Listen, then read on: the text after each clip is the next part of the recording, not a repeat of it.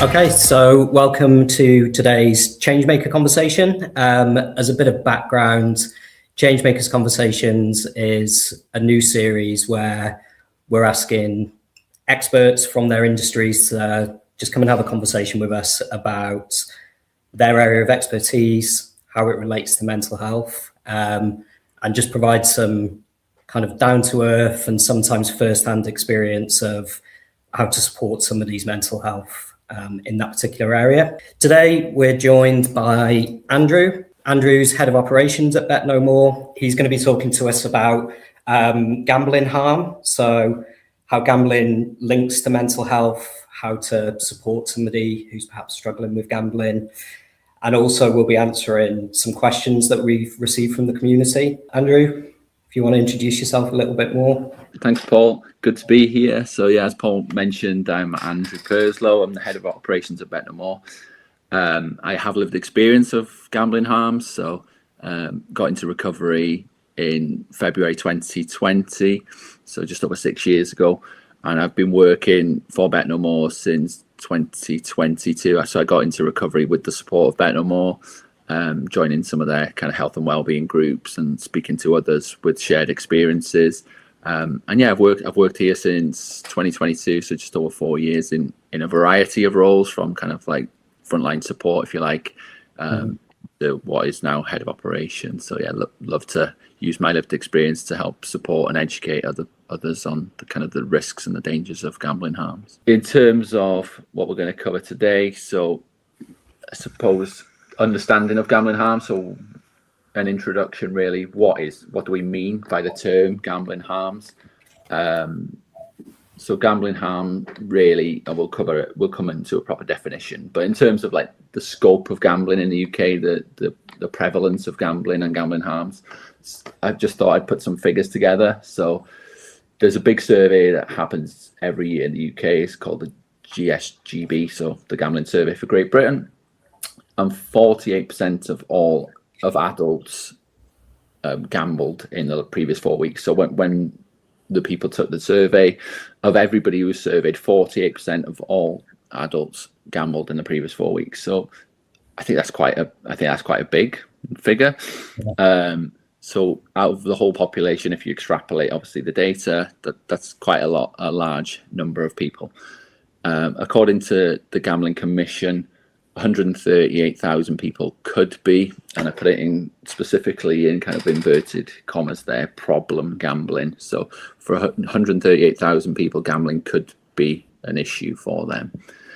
And just to kind of put some of these figures into context, and we'll talk about it a little bit later on, gambling is very much a hidden addiction.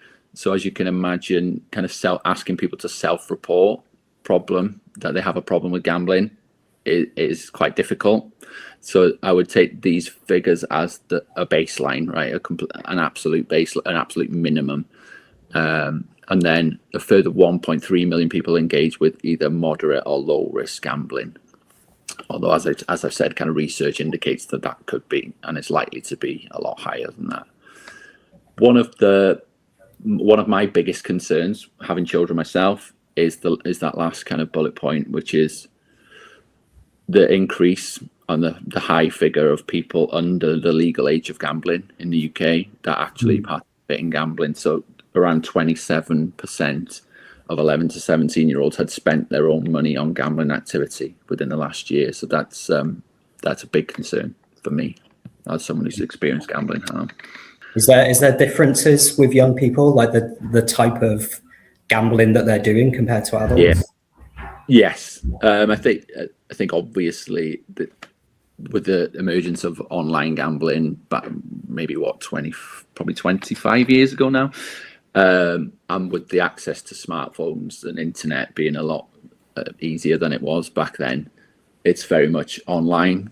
Online gambling is very prevalent within the younger generation, and even, I suppose, maybe going off topic a little bit, but the gamification of other games. So I know obviously my daughter's only 12, but she plays other games which have an element of gambling in there. So kind of, we talked maybe about like loot boxes and stuff in the past, but things that are similar to that, where you play a game of chance in order to win something, or you stake kind of online kind of currencies or coins in order to win something of value, whether that be skins or a new character or something within a game. So it's kind of slowly kind of festering into all elements of people's childhood, which is of a concern. But yeah, I mean, younger people are drawn towards the more high risk, I would say, high frequency gambling. So you kind of in play sports betting and the slots based stuff, and the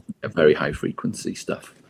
So this is just again, hopefully you can see that diagram, but it's effectively part of the survey was to ask people why they gamble, and there's a massive range of reasons why people gamble. Most of them are positive reasons, so because it's fun, because they have a chance of winning, it's something to do, that within, you can kind of read the figures yourself, but there are some, I would say, red flags or some kind of reasons why, which may lead to harms in the future. And I can speak from a kind of personal experience, to get a buzz. So it's that dopamine hit, that rush, that anticipatory waiting for the outcome. So you get that excitement, that feeling of I could win here, or and then the kind of planning that comes along with that. And also another one I would kind of flag as potentially a risk in the future is the one where it talks about emotions or mood. So it helps cheer me up when I feel down, or or I'm in a bad mood. So it's that using gambling to cope with kind of distressful feelings, thoughts, emotions, moods, those kinds of things, which, again, from speaking personally, that they were the reasons why I continued to gamble. So it was, if I'm feeling really bad, I would gamble to help me kind of alleviate those feelings. If I was feeling really positive, it would be a reward, right? Gambling is a reward. Oh, look what you've done. You've done something amazing. Let's go gamble. Yeah. That's a reward for the behavior. So those kind of mood altering reasons, a little bit of a cause for concern, really. And another one just to point out is the kind of familial things. So I think there's something on there somewhere where I talk about family, because something my parents do. So it's, as a society, it becomes acceptable that people gamble frequently because their friends do it, because their family does it, because everyone I know gambles, right? And when I was, without going too much into my story, but as a child, I was around gambling. It was acceptable, but I didn't think anyone in my family had an issue with gambling, but it was very much a go on holiday to the seaside and let's go to the arcades, right? And let's play on the slot machines, or let's play on the 2p counters where you can win toys or money and that kind of stuff. So I think it gets ingrained in people from quite an early age that it's an acceptable thing to do, and it's not necessarily dangerous. So I think that can lead to problems further. And two things that stood out, just how much like positive reinforcement there is around a lot of these reasons. Yeah. But also, I mean, it sounds like, and maybe it's pretty obvious to say, but it's very rarely just one of these things. It will be a combination of different things coming together. Yeah, and I think ultimately nobody starts to gamble for negative reasons, right? It's very rarely someone would not just decide to gamble because they feel really lonely, or they're isolated, or they're in a low mood. As you can see, right, 78% of people responded and said they gamble because it's fun. Mm-hmm. And that is the reason why most people start to gamble, right? Whether it's something that you do with friends, go to the races or whatever, right? Or it's an event, it's an occasion, right? It's something that's enjoyable. So it's not, people people experiencing gambling harms. It happens all the time, and we'll talk a little bit about that later. But yeah, it's very rarely for any of these kinds of negative reasons that we'll talk about later. We talk about gambling harms. I did touch upon it then. Nobody kind of starts gambling with the intention of causing themselves or others harm. we talk about gambling harm as a continuum. So it's not kind of black and white. You can gamble safely and then it becomes a problem kind of overnight, or you don't just experience harm after one occasion of gambling necessarily, although that could happen. It's a continuum. So we don't go from being in control to being out of control. We go from low level harm. It's fun, it's entertaining, it's a social experience. Gamble occasionally, you set money aside which you expect to lose, right? If you go to the races, for example, you take £50 with the intention of you're going to lose £50, and that's part of the expense of the day. But when we get to kind of repeated behavior and behavior that becomes a habit, and we start getting kind of the moderate harm, which is on this continuum. So start overspending and kind of not being able to stay within those boundaries that you might set yourself. And then you get into like the kind of the secrecy, which is a big thing, which again we will touch on a little bit later on. So not telling people how much you're spending, becoming a bit isolated from others because you feel guilty about how long you spend gambling or how much you spend gambling, and it becomes a more frequent thing. So you might, from going to the races with friends, you might think, oh, actually there's racing happening today, I might pop into the bookies and have a quick bet on another horse race somewhere else, and it kind of creeps. I don't think it's ever kind of anyone's intention to go from having fun to not having fun, right? It's a progressive thing that happens over time with that repetition and repeated behaviors. And I think once you start doing that, you start getting into the high level. It starts becoming a bit more problematic for people, and you start to get what we call like cognitive distortion. So that distorted thought patterns of I must be due a win now. I've lost the last 5 times I've bet on red on the roulette. It's got to be black this time, right? Even though what logic dictates it's still a 50 or close to a 50-50 chance every time the wheel spins. So you get into that them distorted thought patterns, which becomes extremely difficult to kind of see when you're in that moment.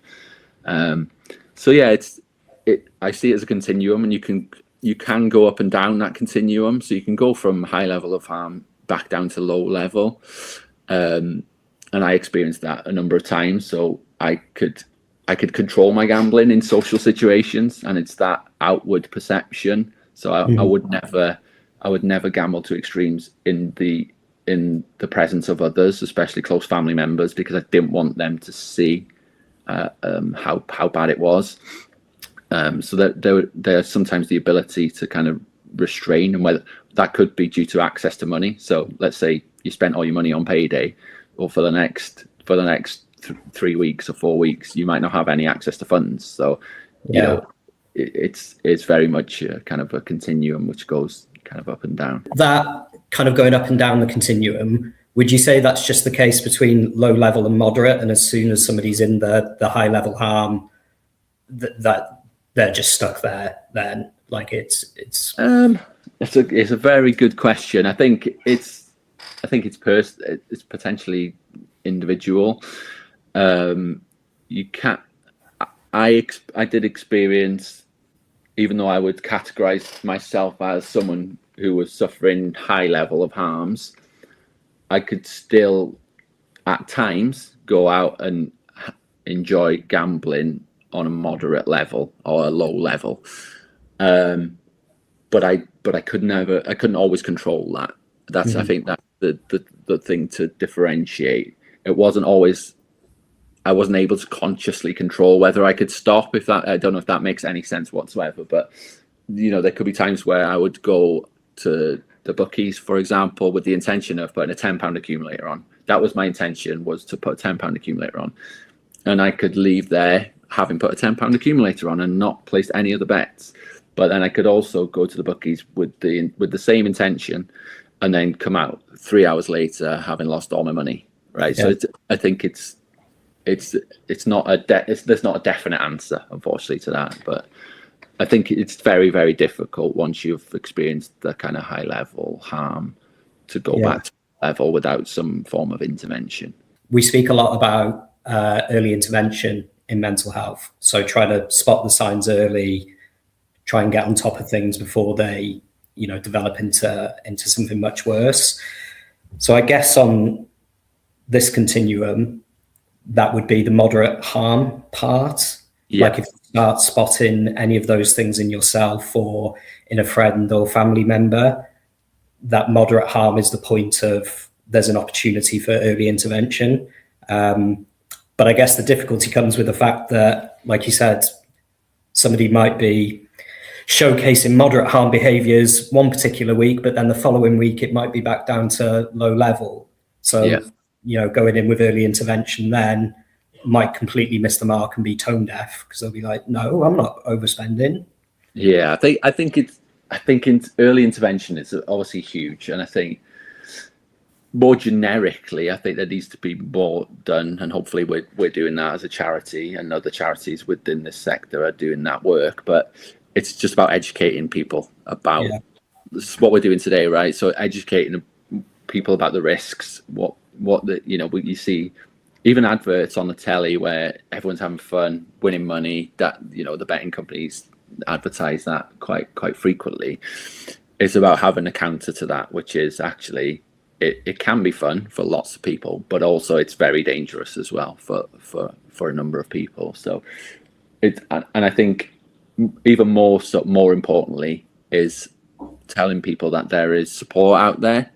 I think as a gambler, I never knew anything about kind of people who were addicted to gambling, or people who were previous gamblers who now didn't gamble anymore, right? I didn't knew anybody who was like that. I just knew people who gambled, right? I guess because those were the circles I kind of but that was the society I kind of interacted with.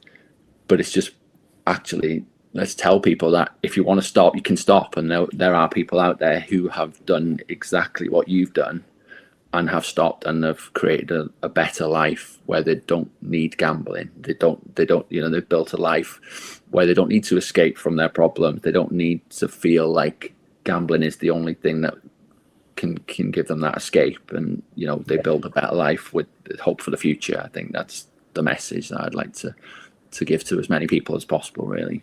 This is a definition by Heather Wardle and others who did a study around gambling harm framework. So they're trying to define what gambling harms look like, really. And they talk about gambling related harms. That term has kind of been left behind a little bit, and we just refer to them as gambling harms now. But Heather Wardle said that gambling related harms are the adverse impacts from gambling on the health and well-being of individuals, families, communities, and society. And I think it's extremely important to recognize that it's not just the individual who suffers in this scenario. It's about everybody else who is affected. And I think, there's lots of studies about how many people are affected by an individual's gambling when they are suffering with gambling harms. And I think there's a wide range, but as you can imagine, it's anything between maybe 5 and 20 people who are impacted by somebody else's. So whether that's family members, work colleagues, children, wives, partners, husbands, wives, everyone is impacted at some level. And that's not just in terms of relationships, but in terms of communities and society as a whole, right? If we talk about the criminal justice system and all, that kind of stuff, and fraud committed to fund gambling, and all, it has wide-ranging consequences for society as a whole, rather than just the individual. And they're wide-ranging, right? When we talk about gambling harms, they could be absolutely anything. We talk about kind of comorbidity, so mental health and its relationship to gambling. I think they're interlinked. It's very much a cyclical thing in my experience. So it's whether gambling is the symptom or the cause, again, is, I think, debatable. It could be either or both at the same time.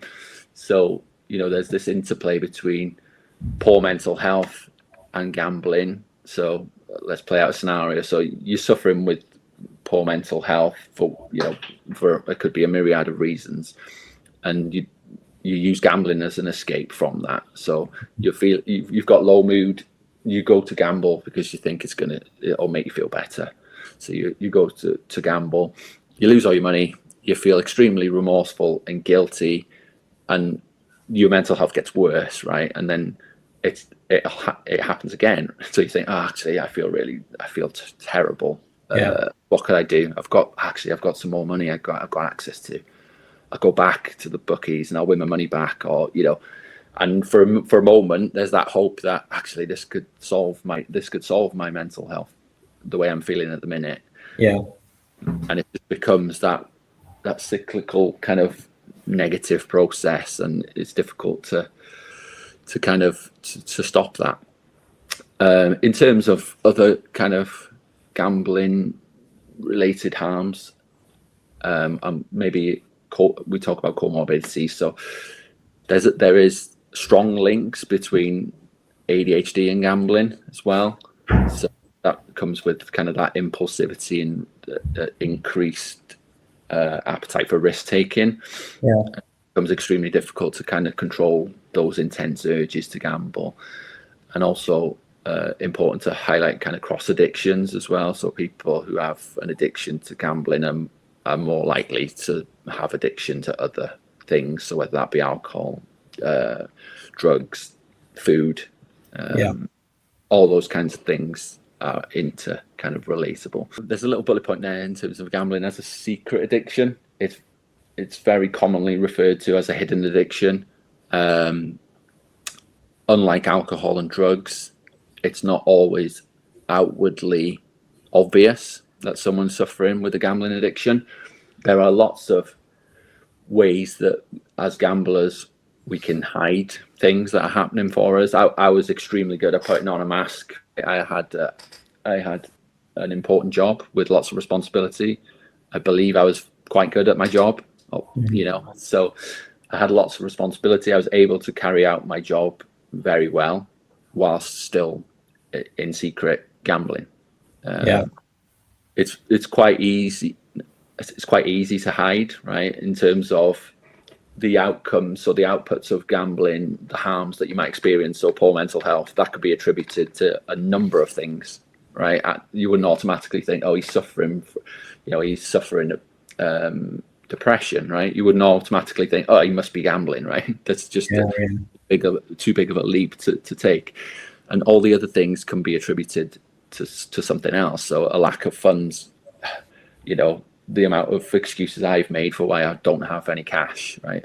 I borrowed my friend some money. His car was broke down. I borrowed him some money. I'll get it back next month. Everything can be almost talked away, right? And the impact, unless you know somebody's gambling, it's very difficult to pinpoint that as a reason. And there's lots of stories from affected others where they say, I thought my partner was cheating on me with another person. That's because that's what it can feel like. There's that much kind of secrecy and kind of cloak and dagger about some of the stuff that happens. It's quite easy to attribute it to something else. And it sounds like as well, I don't know, maybe I'm wrong, but when you talk about wearing that mask, particularly for gambling, obviously we're familiar with wearing a mask in front of others to keep it secret from others, but it seems like that mask is just as much for yourself as well. It's very easy to keep it hidden from yourself almost and not admit to yourself. Yeah, that's absolutely a great point. For years and years and years, I suffered harm, right, from my own gambling. At no point did I honestly hold my hands up and think I've got a big problem here. It never occurred to me that I was causing so much destruction to myself and to others. It never once crossed my mind. Oh, I say it never crossed my mind. I was never willing to openly admit to myself. I was never willing to accept that gambling had me beat, basically, right? Because that's what it was. I couldn't deal with this any longer. It's almost that determination to not give up. It sounds silly, but it's almost like, actually, I don't want to admit that I can't do this normally, in inverted commas. Yeah, it's a very good point in terms of, yeah, the first step is admitting you have a problem, right, to yourself. That's the first step to kind of getting support. And hopefully, I suppose that's why the second section that we'll get onto today, how to support others, is hopefully going to be very, very valuable for people, because I think it's really clear that it can be quite tricky to approach those conversations given all of these factors that go into it. Yeah, absolutely. And I think, the kind of third bullet point we have there about myths and misconceptions, that they're not helpful, right? In kind of increasing the shame and the stigma that comes along with kind of gambling addiction and gambling harms. So let's talk a little bit, if we can, about the kind of misconceptions. And there's loads of them. Everyone will have heard them, or potentially even thought of them. And in all honesty, I thought them as well whilst I was gambling. So there's things, probably one of the biggest ones is people who gamble are greedy. They do it because they have this obsession with money. I didn't have an obsession with money. I was in a well-paid job. Obviously, yes, by the nature of gambling, you gamble to win money, right? But I think when you get to the point where you're suffering extreme harm, it's no longer about the money. You're not gambling to be greedy. You're gambling because it's a mechanism to cope with underlying issues that you can't deal with in your life. And gambling is the currency, right? That's the currency you need in order to fund that behavior. It's a behavioral addiction. Towards the end of my gambling, I wanted to lose. When I was at the point where I wanted to get help and support, I openly wanted to lose my money so I could just get on with my day. I used to go to the bookies and I'd just spin whatever I could do as fast as I could do to lose the money I had in my pocket, because then I knew I could just leave and continue with the rest of my day. So it's not always about the need to win. It's more about that kind of the release, that emotional kind of release. Yeah. And I suppose goes along with that is that people see people who gamble as irresponsible. And I think, again, I would say throughout my addiction, I'm a very responsible person. I take things very seriously. I had a serious job. I was very careful with money as well. I would make sure that all bills got paid. I was very frugal. I wouldn't, I'd look for deals in supermarket, that kind of stuff. I was an extremely responsible person outside of that world of gambling. I'll just touch on one more, which is why I will. The amount of times I've heard this said to me and to others is quite incredible. But it's why don't you just stop? Okay. Yeah. I compare it to, would you tell someone who's suffering with insomnia to just go to sleep? It's not that easy, shall we say? But yeah, I think there's a misconception that because maybe because it's around money, right? And because as a society, we don't necessarily like to talk about money or to share information about money. I think maybe that increases the stigma around it. Yeah. And I think also, sorry, just to touch on one more, that comes up quite often, is that people who are gamblers or who suffer with gambling harm have a lack of willpower. They're not, they should just try harder to stop gambling. And I think when you refocus on the fact that it's a behavioral addiction that requires support and treatment, right, in order to sustain that behavioral change. I would just finish on, there is help and support out there. That's the takeaway message, is that if you feel like you are or somebody else is experiencing harms because of gambling, then there is help and support out there. And in one of the future videos, we'll talk about signposting and some of the kind of resources that are available out there. One question I had: did you ever receive some of the advice around the misconceptions? Like, did anybody ever say to you, just stop, or it's because you've got no willpower? And how did that feel for you? I think the why don't you just stop one, often, and I found it. I think it is stigmatizing because if I could just stop, I would stop, right? If it was a case of just wanting to stop, I wanted to stop for a long time. I just didn't know how. I didn't know. I didn't understand why I was gambling. I just knew it was something I'd always done from a young age, and I think what wasn't necessarily any adverse childhood experiences that I had. I had a great childhood. It was just that from an early age, gambling was something that was a positive thing, and I think when I experienced difficulties in life, it was always something that I could almost rely upon to make me feel good. Yeah. So I just think that obviously that's how it started to become a bit more harmful. But yeah, I think it is quite infuriating when people say, "Well, why don't you just stop?" As if like I'd never thought of that myself. Do you know what I mean? I think it's difficult. I also appreciate for someone who's never experienced an addiction, it's difficult to understand, right? Without being educated and without having been through it or having someone close to you who's been through it, it is difficult to understand why people would continue to do something which is so harmful to themselves and to others. It doesn't make sense if you've not experienced it. Yeah. Well, hopefully conversations like today can help reduce that stigma, allow people to have a little bit more empathy and understanding in the conversations that they have. Mainly now focusing on what to do and what not to do to support somebody who's struggling with gambling. Also perhaps some advice on, if you're questioning yourself, if your gambling is starting to affect your mental health, signs to spot, ways to help, bits of signposting.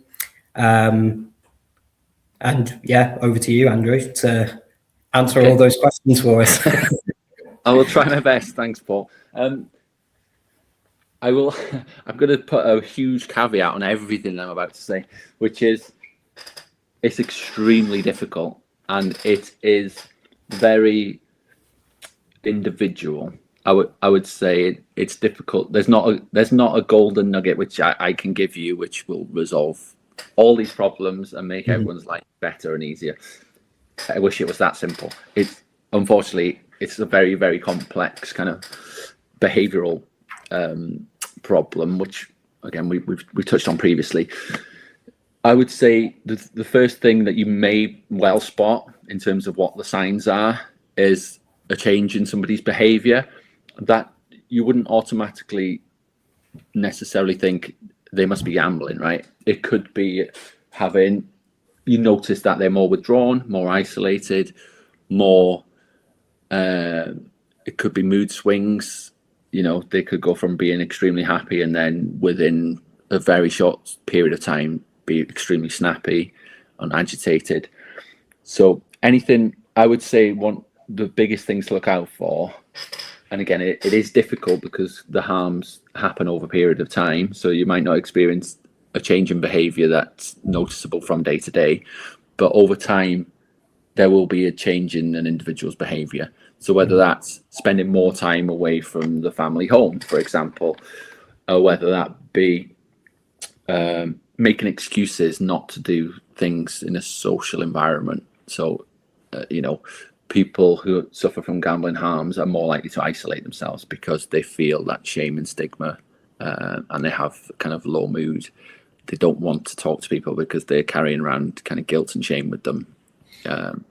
So I would say that's the thing to look out for, is anything which strikes you as being unusual. And again, it could be over a period of time. So if you think back to maybe 6 months ago, a year ago, how an individual would behave, and if that's extremely different to how they behave now, it could be a sign, right?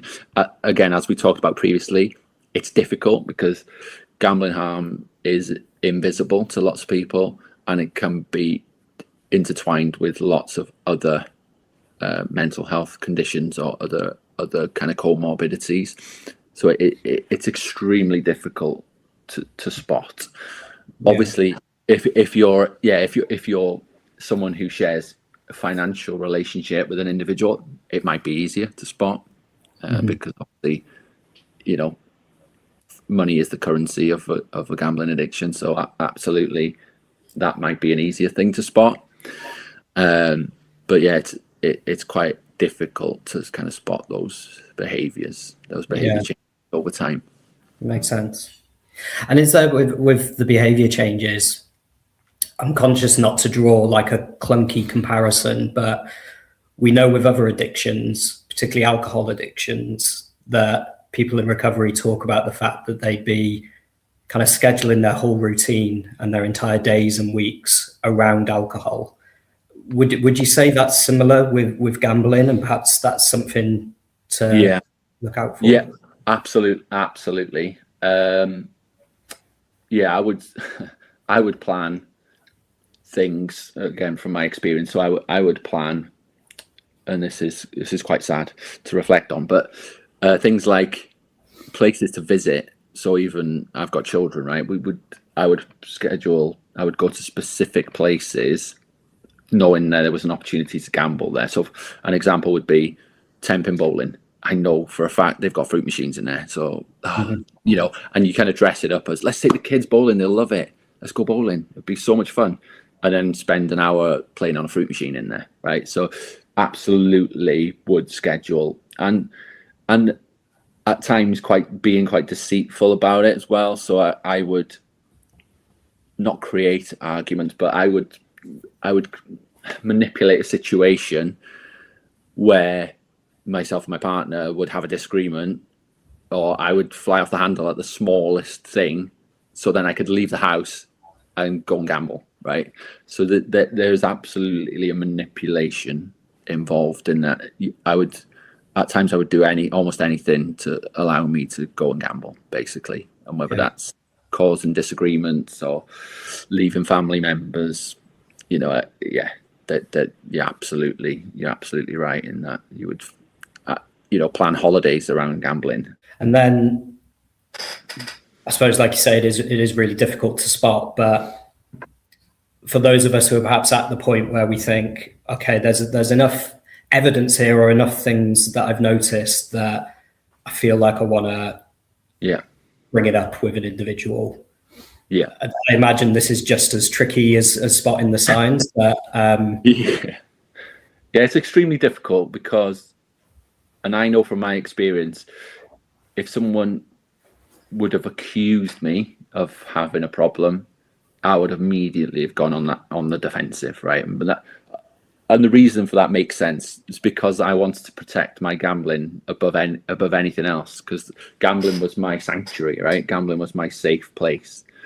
It was, and I would do anything I could to protect that. So if it was someone saying, I think you've got a problem with gambling, I would be like, whoa, I'm have to give up this. If let's play out the scenario. If someone's accused me of having a gambling problem and they're going to tell me I need to seek help, what am I going to do? Like, gambling is the only thing I know which helps me escape from my emotions, and it's been something I've relied upon for years and years. So it's that fear factor of, I might lose this thing. So it's very much expect a defensive reaction, I would say.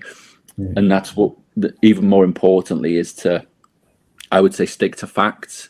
Try to reserve or make any judgmental comments and stick to facts. So I have noticed you've become a bit more withdrawn. I have noticed that you've spent £300 the other day, like things which are actually facts, rather than I think you're gambling, or you're spending too much on gambling.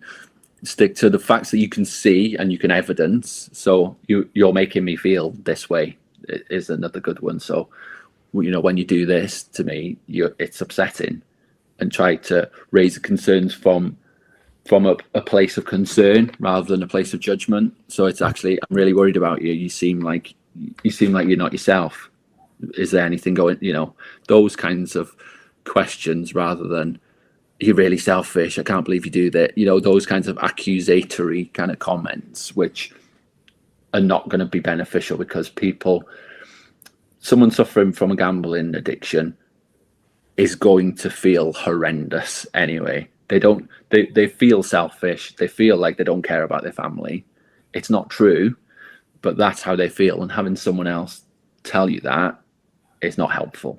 So I think, we talk about the shame and the guilt that people feel when they're suffering with this.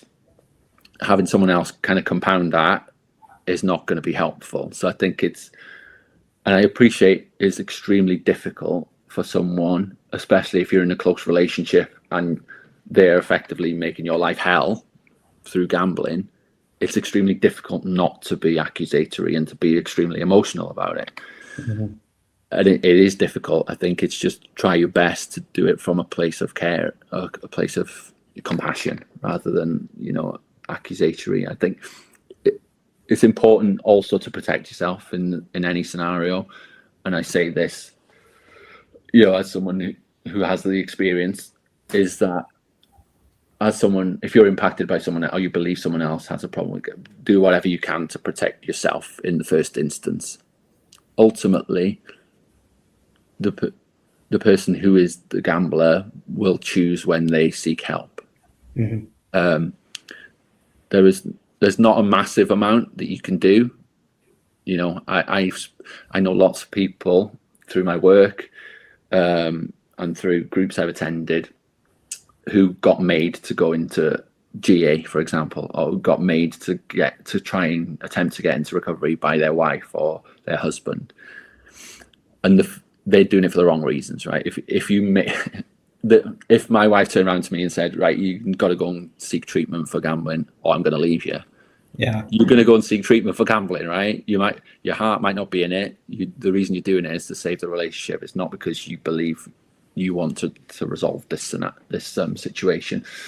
So yeah, it's a difficult one, but it has to be their decision. And all you can do is provide a safe space for them to talk about it, and help kind of signpost them to places. So do a bit of research, know what support is available, and say, look, if you do think you've got a problem, or you do think you're experiencing difficulties, have a look at this, right? Or I've seen this website, or I saw this advert from the Gambling Commission which said you can do this. You can call the helpline. Whatever that looks like, it's about providing options, because at some point, it might not be today, might not be tomorrow, but at some point, when they've had enough, they will remember that conversation, and they will reach out for help, and they'll be a bit better prepared.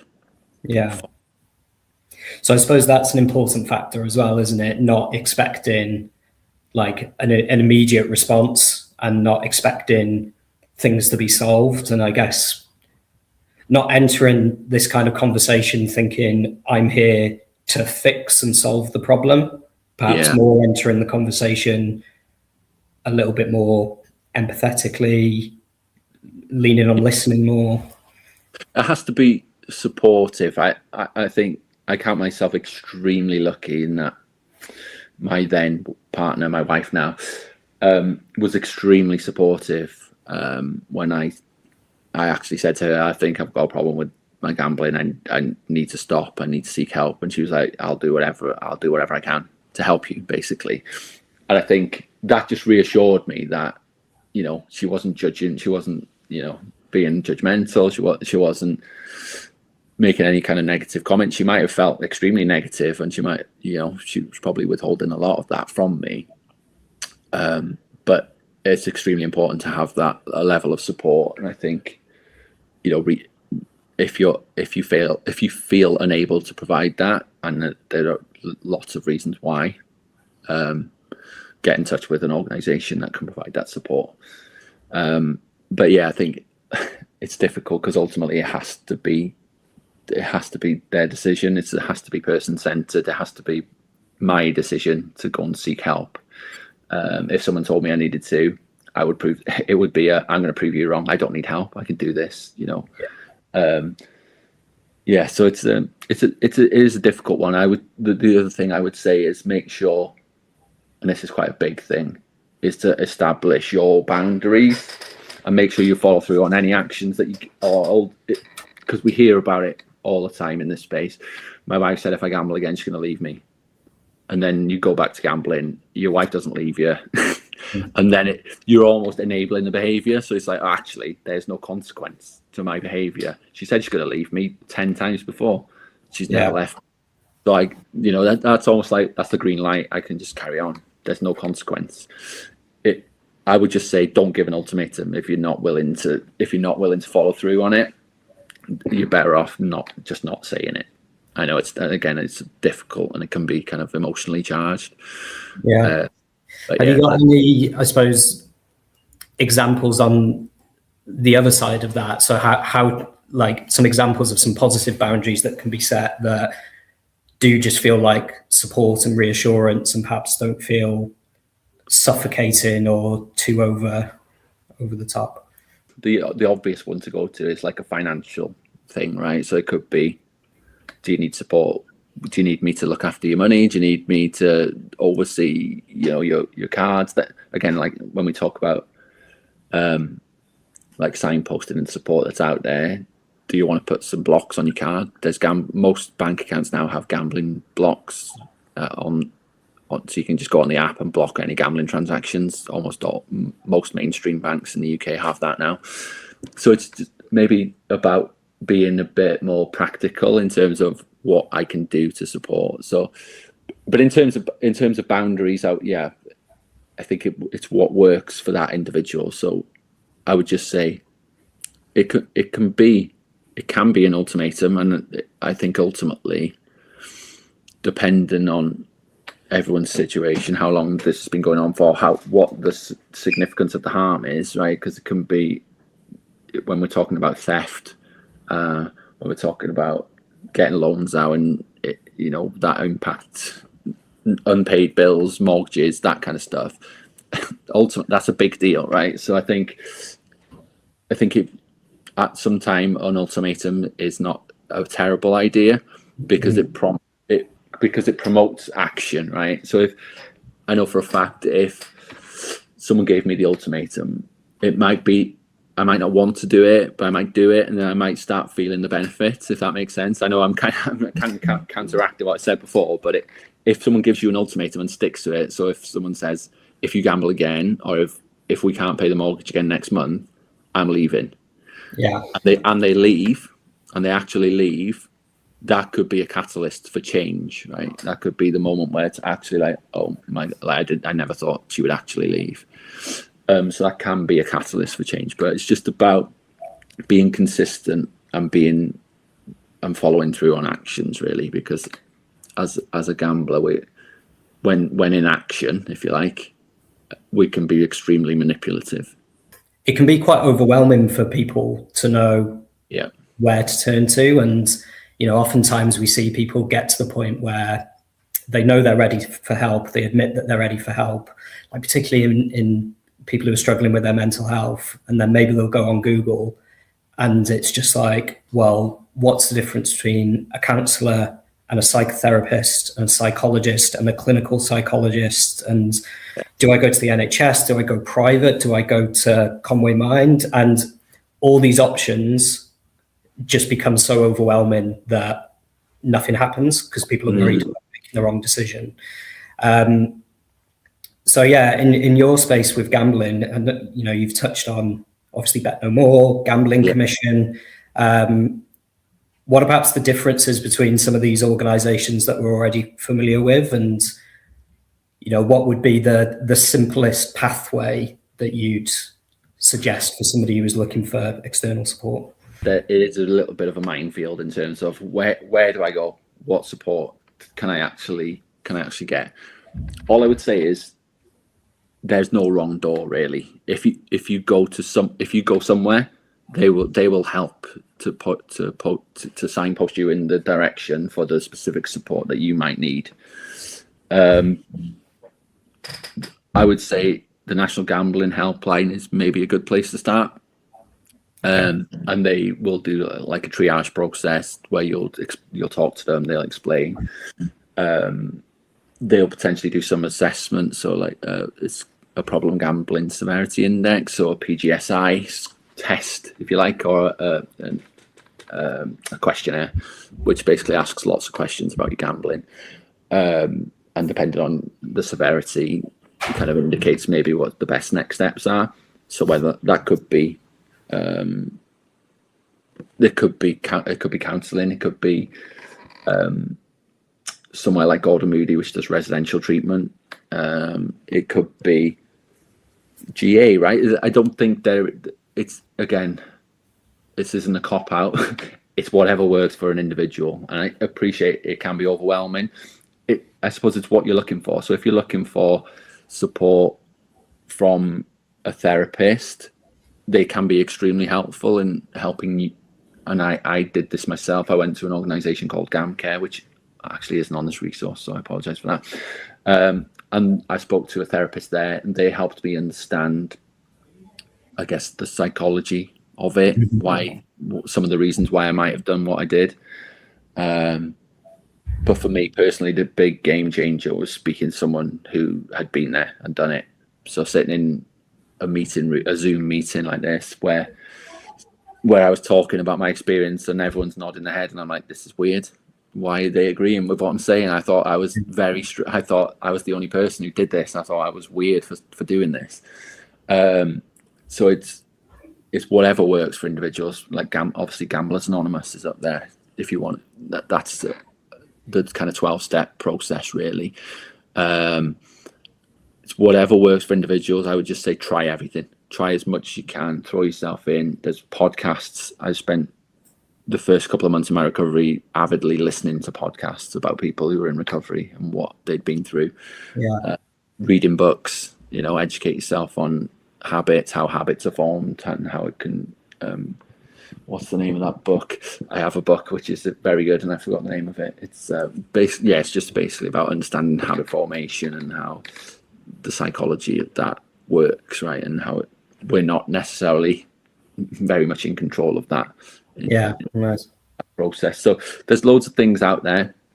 As I mentioned, there's things like GamStop, which is effectively a self-exclusion for online gambling. So if you go to GamStop and sign up for their services, effectively you can self-exclude from all UK-based regulated gambling institutions, and effectively you're unable to sign up to any regulated gambling provider in the UK. Gamban is more of it's like a VPN type system where it blocks you from accessing sites. So as soon as you try to go on a gambling website, it basically it's an error message, right? So it's like you can't access this site. So that works on a kind of app-based thing. Importantly, I shouldn't overlook this, Gamanon. So Gamanon is for people who are affected by someone else's gambling.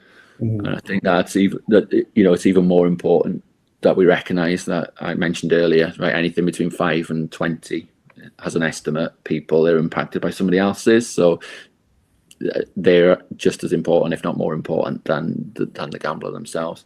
Obviously, Bet No More, we provide support for affected others as well as gamblers. And then the last one, Step Change. So obviously, we talked about the financial impact. Contact Step Change, and they're very good at helping people with their debt and giving advice. Fab. That's all really good. And with I was going to ask with the National Gambling Helpline, that seems like a good initial. I'm still not 100% sure which way to go.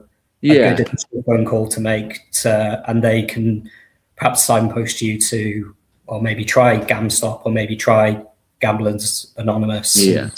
So rather than having to solve it all yourself to begin with, they're perhaps I think it just provides you with the level of confidence that you're doing something right. I think it's easier, but I will be honest in that it's quite difficult to speak to somebody initially. It's the most difficult thing is to speak to someone and say, I think I've got a problem.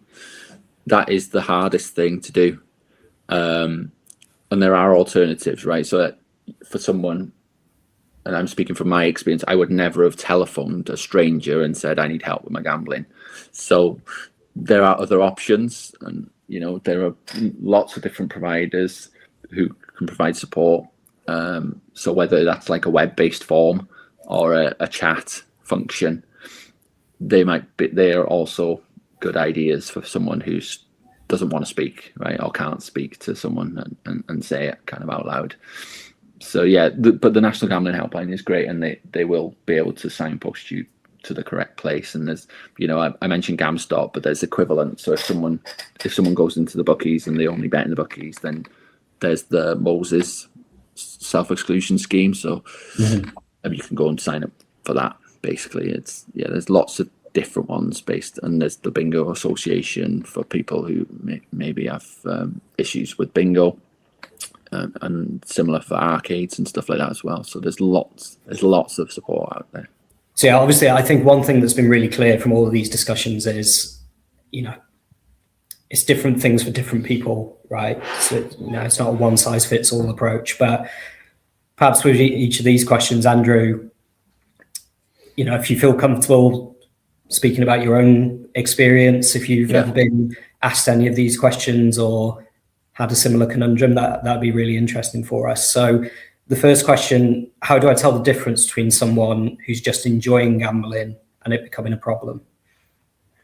Yeah, it's a great question, and on a similar line to some of the other topics we've discussed. It's hard. It's not easy to spot that, because as gamblers, it's easy to put a mask on, pretend everything's fine on the surface, when deep down you're crumbling, right? So I would just look out for signs such as they're spending a lot of time doing something else, right?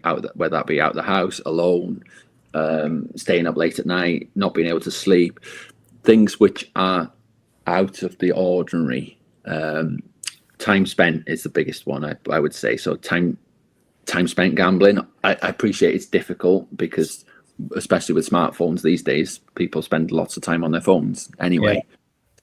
But I would say anything that's time is the biggest, for me, the biggest harm that I suffered was time away from my family and time away from life in general. So time missed. I'd spend, hours and hours and hours gambling when I could have been doing something a lot more productive. So I would say it's time and people being secretive. So being kind of not telling you everything or hiding things, right? Or being kind of secretive. Could be something like intercepting the post, right? Might be one.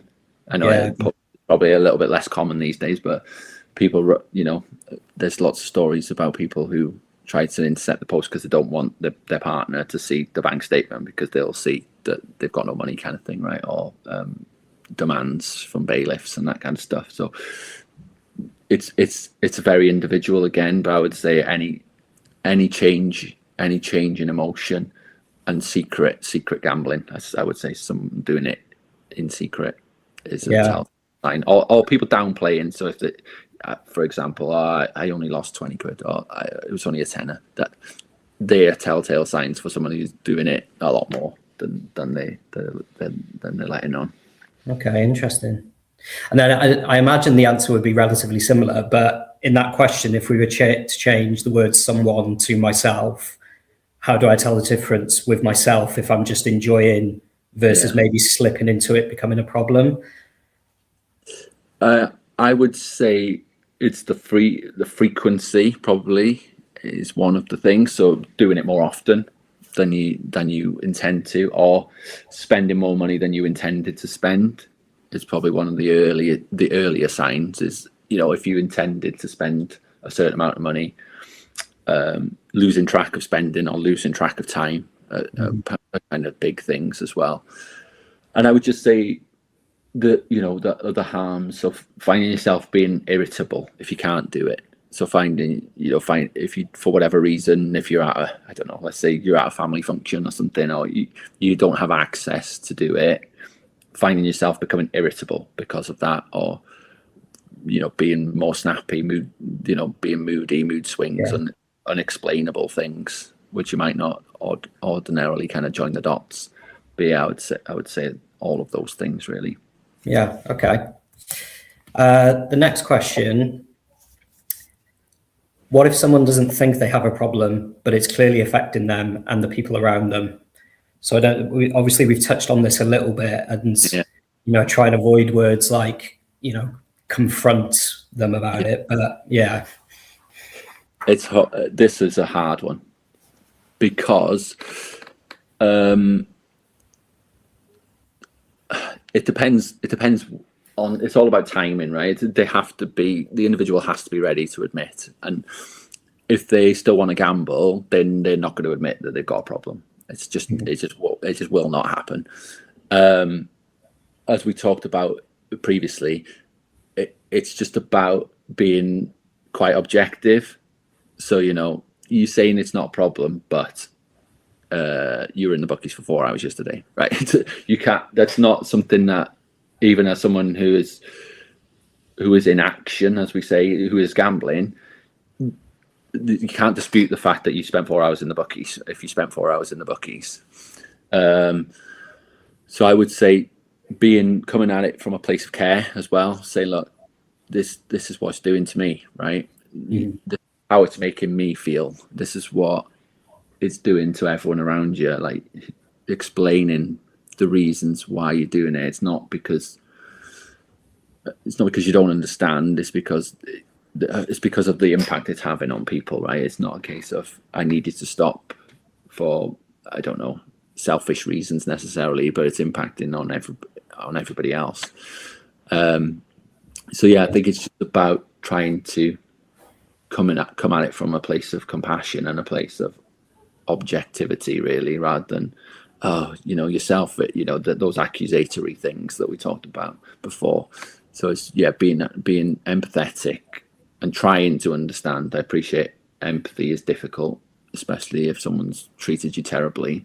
It can be really hard, but trying to come at it from a place of care, because from my experience and everyone I've met in my journey, people who have gambling addictions are not horrible people. They're not doing this to hurt people, to purposefully hurt people, or to make people suffer, or to make them feel bad. They're doing it because it's an addiction, right? They're not doing it. They're not doing it to purposely harm people. So just try and think of it from that way. And they need support, and deep down they will be suffering, and they will be feeling guilty for everything that they've done. So just try to be supportive. So I think someone close to me is lying about their gambling. Do I challenge it or let it go? This might be, again, my experience, and it's maybe a simpler answer. I would absolutely challenge it. Okay. Absolutely challenge it. But again, as discussed, be prepared for a defensive answer or lies, right? Just because you challenge it doesn't mean you're going to get told the truth or you're going to get a positive reaction. What I would just say, what are the benefit? What the benefit? What's the outcome? What is it you're trying to achieve, right? If you let it go, what's the next step, right?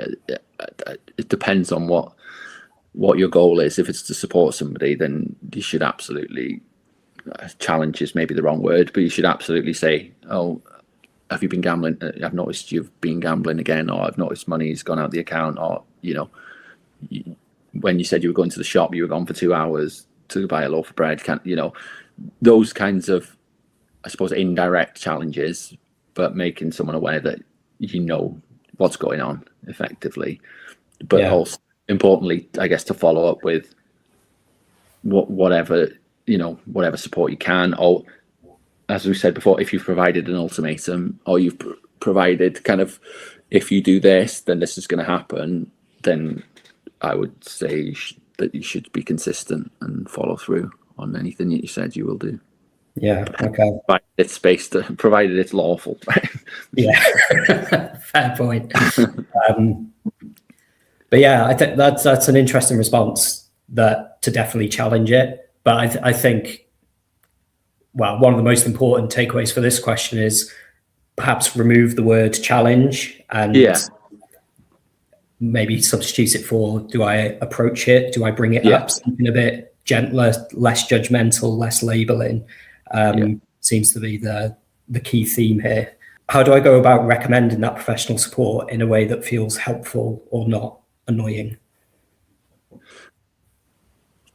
Again, this is, I don't think it can be annoying necessarily.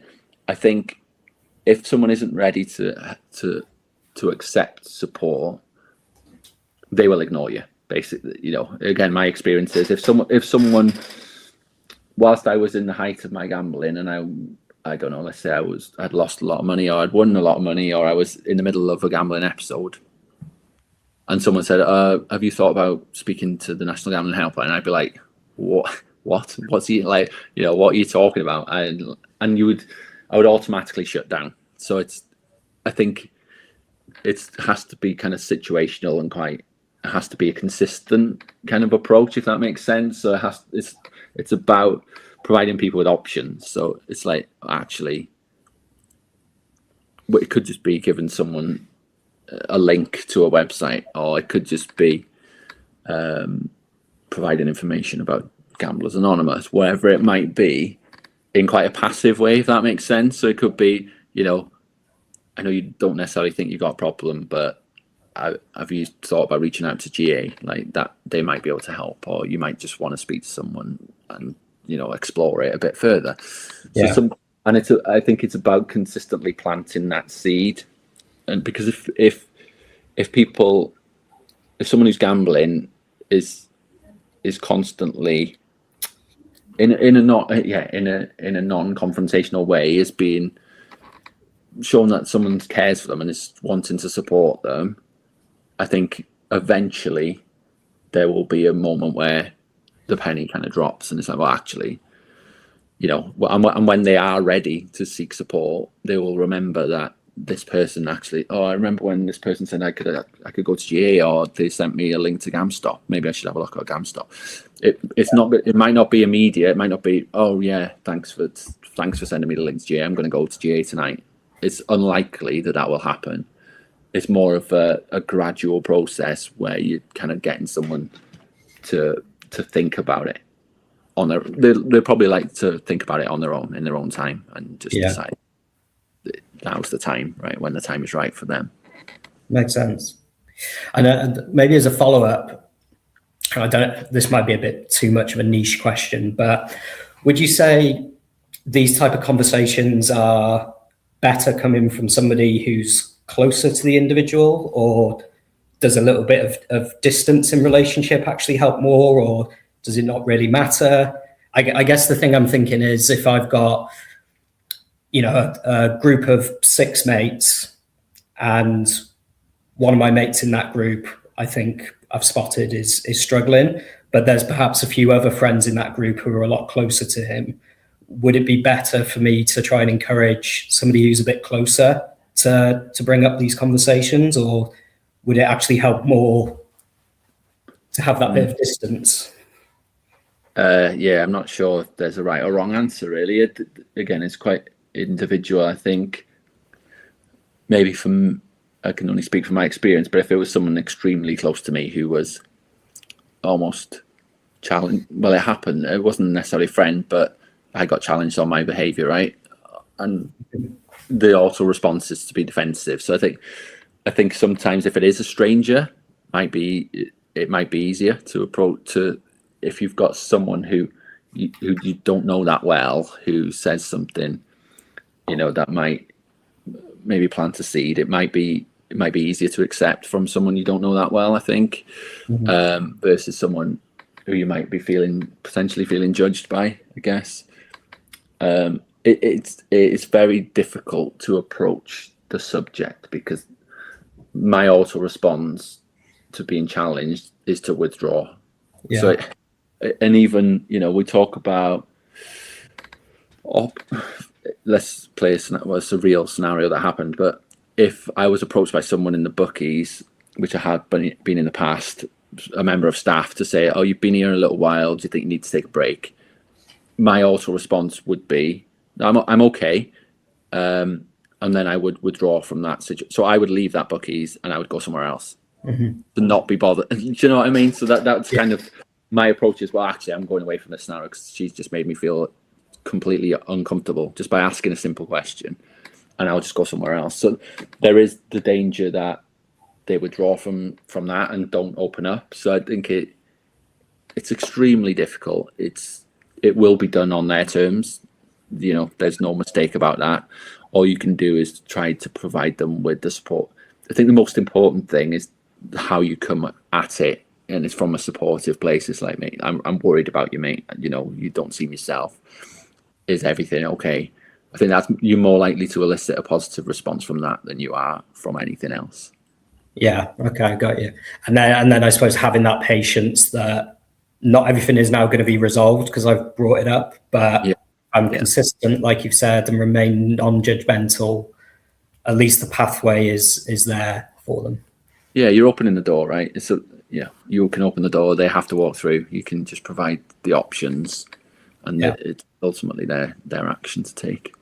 If someone is recovering or trying to stop, should I just never talk about gambling around them? Difficult question again. They're all difficult questions, and they're all quite nuanced. But I would suggest, again, for me personally, I didn't want to see anything gambling related when I first got into recovery. I would actively not do things I used to do. So I completely changed what I did. So I wouldn't watch sport on TV because I knew there would be gambling adverts to come along with that. So I would say, if I was going to make a kind of catch-all statement, it would be, initially when they're first getting into recovery or they're thinking about it, I wouldn't mention it. Because it could be a trigger, right? If someone said, oh, I don't know, even if it's just a passing comment, it could potentially be a trigger for them to then think, oh, actually, maybe I should just go and have a bet, that kind of thing. All I would say is, are you preparing them for the best way possible to have a sustained recovery by not talking about gambling? No, because ultimately it's everywhere. You go and watch the football, you see adverts everywhere. You walk down the street, there's adverts. You go past, I live in Wrexham. You walk down the street, you go past 6 bookies in the space of 10 minutes. I think it's unrealistic to expect to never encounter gambling again as someone in recovery. So I would say, if in doubt, ask the person, like, do you want me to talk about it? Or do you want me to never mention it ever again? I think it's very much individual. I'm happy for my friends to talk about gambling. My friends know that I'm in recovery, and they talk to me about their bets that they've had on. I'm in a place now, 6 years down the line, where I'm content. It doesn't affect me in any way. I just know that I can't do that. But it takes a while to get to that stage. So I would say err on the side of caution if you're unsure, but definitely ask the person. I think that's really good advice. And something that I was going to say as well, just asking the individuals. Like, a lot of these questions, again, it comes with a caveat of, asking in the right way, creating the right environment, not being judgmental, but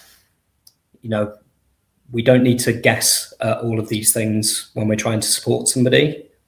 They can be questions that you ask directly to build that supportive relationship when you're helping someone. Well, it shows an interest, right, as well. It shows that you're actually invested in their recovery, and you care about, whether they're going to be triggered by things. And as I say, ultimately, our life, as we talked about at the very start of the previous videos, we're surrounded by gambling. Like, the school does raffles, they do bingo. The football clubs do bingos to raise money, lotteries. It's everywhere we look in society. So there is no escaping it. So I think in the long term, I think it's a bit more healthy to talk about it. But yeah, I think it makes sense that in them, especially for me in the initial weeks, there's nothing I wanted to see less than anything related to gambling. So yeah, it's an interesting question. Yeah, nice. All right. Well, thank you very much indeed, Andrew. It's been genuinely a really interesting conversation, and I've learned a lot from it. We'll be providing some follow-up notes and details to the signposting that you provided as well. But yeah, for today, thanks so much for coming and doing it with us. No problem at all, anytime.